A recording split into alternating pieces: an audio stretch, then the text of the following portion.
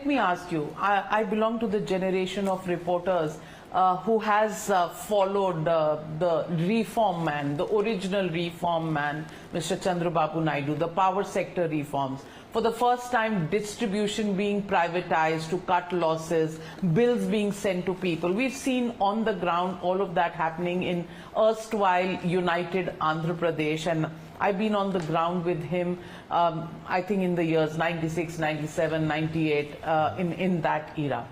And he was called the reform man, the IT man that India had in terms of governance through IT.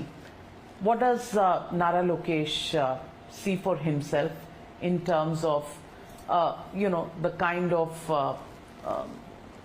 the kind of name you will make for yourself? What kind of a guy will you be for a politician in Gen Next?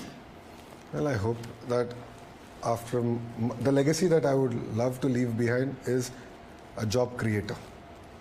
This is what I believe in. I believe India needs next generation leaders who will create jobs. If you look at various other economies and societies, they don't celebrate wealth, but they celebrate the number of jobs they've created. Companies that create maximum number of jobs are closer to the political power in various other countries. And I think that's very, very important for a nation. And I want to go down in history books as that this is the single person who's been able to create 2 million jobs, 5 million jobs, 10 million jobs. Rahul Gandhi speaks about a caste census. You speak about a skill census. Is that a difference in approach? Are these just acronyms that are great lines to woo public vote and public support? How do you see skill census versus caste census if you would want to respond to the current political climate as well? See, both are intertwined. We support skill census, but then we need to also back it up with a caste census. No second thoughts about it. That way I'll be able to create a project of practices for every family.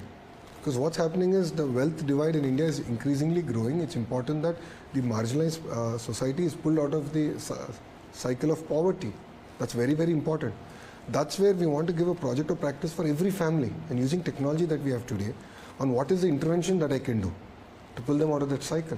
So I believe both are important. No second thoughts about it.